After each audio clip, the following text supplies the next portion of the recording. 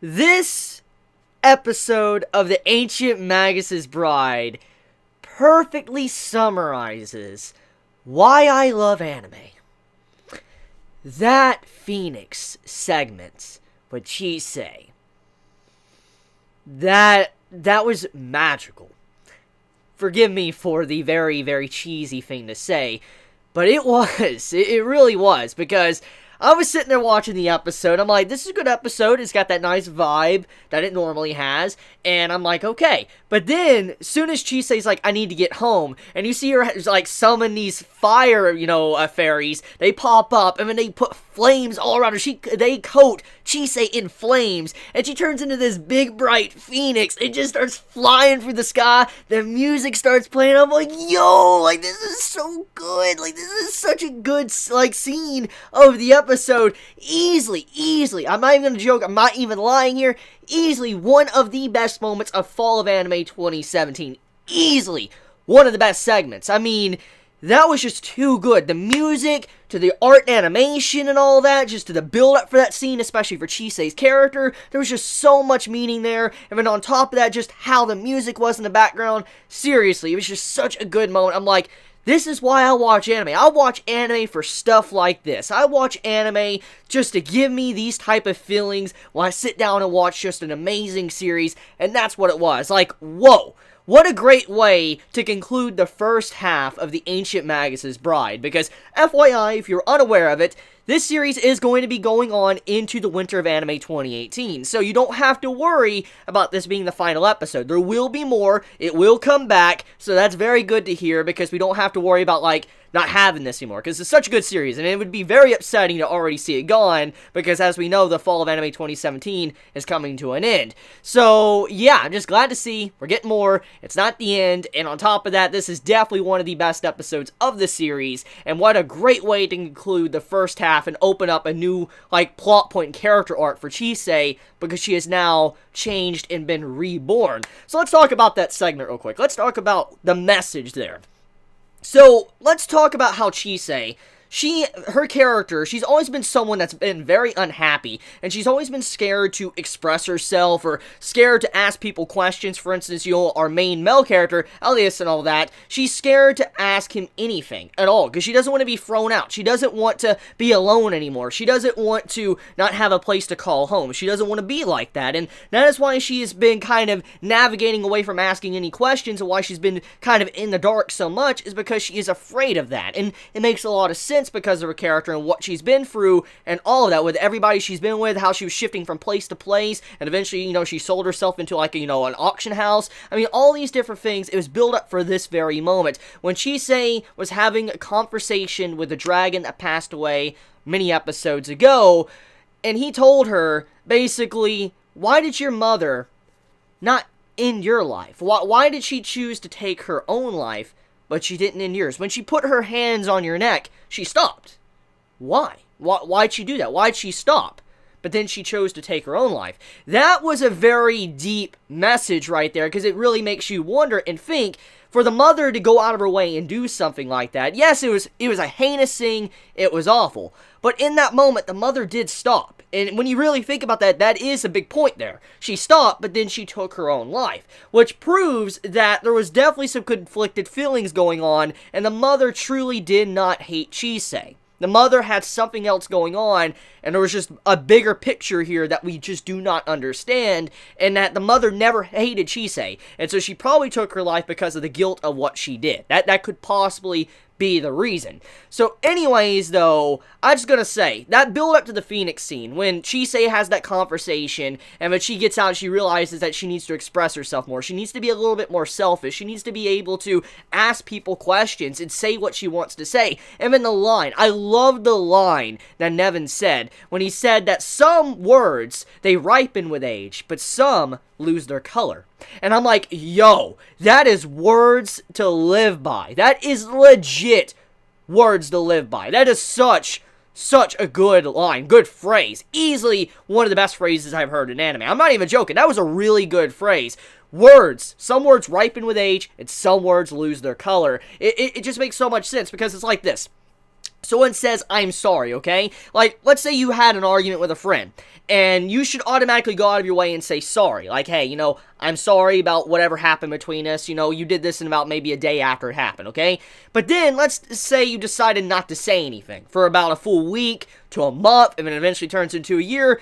It goes with that phrase. Words tend to lose their color. For instance, sorry, it's probably no longer really going to cut it at that point. So, I like that message there. I like how he is basically saying, Chise, if you need to ask a question, if you have something you need to say, you need to say it. Because if you don't say it, it's going to lose its meaning, and it's not going to have any purpose in the future. So, if she doesn't say what she wants to say, then it's not going to help her out in the long run. So, really good stuff there. But anyways, getting back into the Phoenix scene, just like I said, this is such a good episode. I'm getting off track with a lot of things. So, Chise was reborn into a Phoenix. The entire Phoenix scene, when she had fire just wrap around her, it was a symbolic message to show that she has been reborn into a new person. Because, as we know, Phoenixes in mythology, it is a symbol for rebirth, for reincarnation, and just, change or whatever. And that's basically what happened there. Chise was reborn into what she was, and when she was flying through the sky and all that, and she was going to, her home, her new home, she actually had a place she could call home, and she was learning to be a little bit more selfish, ask for things she wanted, and go to the places she wanted to be. That was just such a beautiful moment of the episode, and I'm like, yo, good stuff when it came to this. So anyways, getting off of that though, let's talk about the wand scene, okay? So the wand, I want to be honest there, I hope the translation is inaccurate. That might be a translation error, because when I was looking at Chise's wand, I was like, that's no wand, that's a staff. Like, I know the difference between a wand and a staff, because I played enough RPGs, MMORPGs, to, role-playing games, like on, Japanese RPGs and stuff. I played enough of those to know a difference between, like, a wand and a staff. I'm like, that is no wand. That is a staff. That is a certified staff. So that's probably a translation error. And I'm like, that's more of a staff than a wand. But even then, though, it's still really cool. I love Chise's staff. I'm not going to call it wand. I'm just going to say right now, I'm calling it a staff. Chise's staff looks really amazing. I like the color scheme of it, because how her hair was used for it. I like to have the bird on top. It reminded me of, like, Ra's scepter. Have you ever seen, like, Ra's scepter or whatever? That's kind of what that reminded me of. I was like, that reminds me a lot of something you'd see from Ra, the god. And I'm like, that's pretty cool. I like the design of that. And then, I also like the fact of how Chise, when she managed to get her staff, she actually was able to use magic and summon those fairies, which once again shows how crazy her ability is, because we do know she's different. She can call upon, fairies and other things to help her out, and she has an absurd amount of magic. She can basically do anything, so we do know that that was a possibility, which is still scary to see what she's actually capable of. Now, besides all of that, though, there is one thing I'm a little bit disappointed in when it does come to this episode. Now, it's nothing big, it's nothing like, like, destroys the episode or destroys the series, but it is something I'm slightly upset about, and it's just my personal preference, and that is the lack of clarification to magic. Because I like the series. I really love the world. I love the characters. I love, Chise's character development she's been going through. It's such a fascinating series. However, there is one big thing that I noticed that this series is lacking, and that is clarification to the magic and how Chise uses this magic, to how certain other characters use magic. I wish there was a little bit more clarification. I don't know if this is like this in the manga, or if the anime is skipping details. I have no idea, but I really do wish that there was a little bit more clarity to how Chise does some magic. But regardless of that, though, it was still a very fun watch, regardless of my personal issue with the episode. But anyways, okay, so the last thing to really talk about, I would say, would be the bombshell with the mother. So Chise has a quick little glimpse into her family. Before everything, hit the fan, all the crap smeared over the fan, basically, there was a quick little segment where we see Chise and her family, her actual family, her mother and father, being with her very happily. They were very happy with Chise, and they were a happy family. And from what you could see from the scene, the father and the mother apparently could actually see the things that cannot normally be seen. For instance, the fairies and stuff. Now, apparently the father couldn't really see them, but the mother could, which was very interesting. And it made me wonder, like, whoa, so Chise's family might be mages. They could have possibly have been mages. And that really opens your eyes up and makes you question, whoa. So, we all thought the reason why Chisei's mother did what she did was because Chisei could see things which others could not, which in turn probably put a lot of stress on the family, and which is why she didn't want to have Chisei. That's what we all assumed, because it would be creepy. It would be creepy if your child was seeing things and all that, and at that time and all that, people wouldn't understand, and so we all thought that was probably the pressure the mother was given, and maybe she was forced down that route, and she just made that decision to do what she did to Chisei. Who knows?